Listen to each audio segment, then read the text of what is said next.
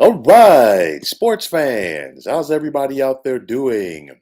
William Martin coming at you one more time here on YouTube with another edition of the 300 Pounds of Sports Knowledge Podcast.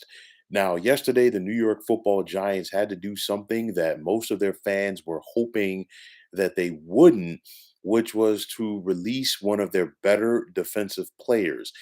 Yesterday, the Giants released Pro Bowl cornerback James Bradberry in a salary cap move. Bradbury's release will free up more than $10 million in salary cap, as New York needed to do this in order to sign their rookie class. Now, prior to the NFL draft last month, the Giants were looking to trade Bradbury, but teams that were interested in him knew that the Giants were backed up against a wall.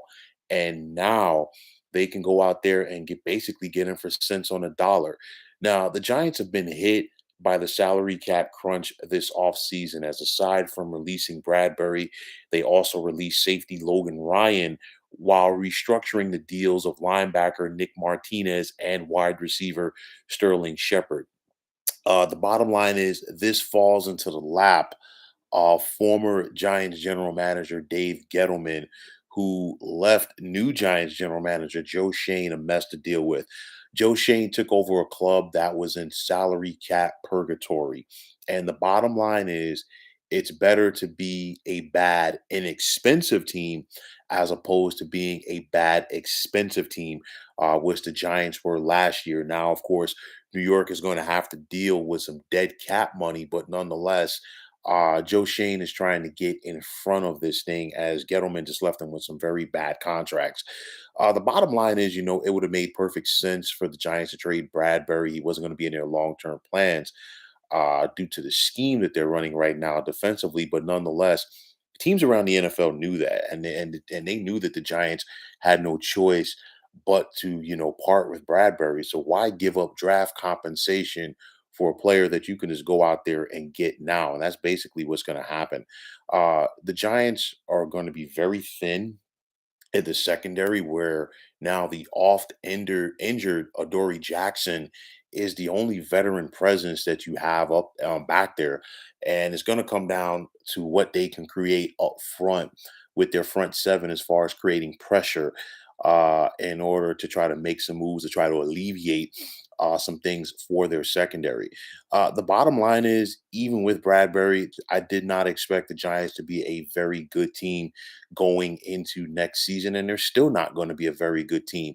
The bottom line is, the rebuilding has begun, and I know Giant fans are tired of hearing that.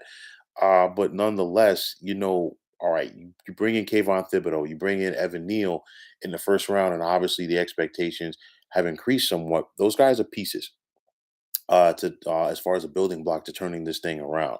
But the Giants are far from being a competitive and good football team, at least heading into next season. Nonetheless, this was a move that had to be made.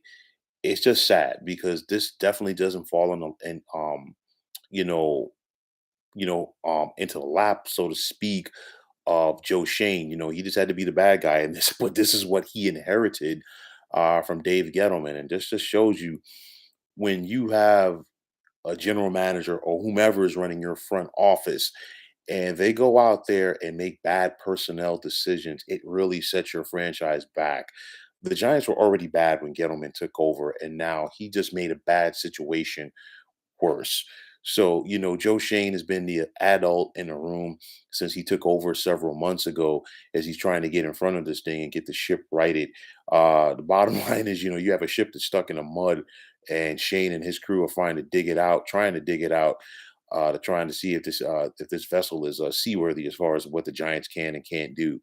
It's a move that had to be made. It was a tough one, but this is what Joe Schoen has been brought in to do: be the cleanup guy and try to resurrect one of the NFL story franchises. So let's see what the Giants and Joe Schoen can do going forward, as they're going to be very thin in the secondary without the services of James Bradberry.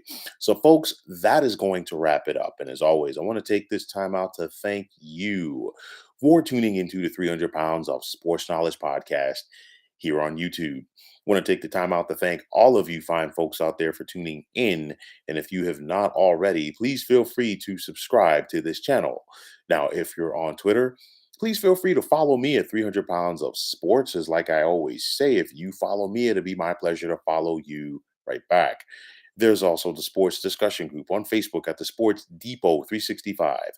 You can check it out, drop a line, and be a part of one of the better sports debating sites going on social media. So, once again, fine folks, my name is William Martin. I'm signing off, saying take care and have yourselves a wonderful day.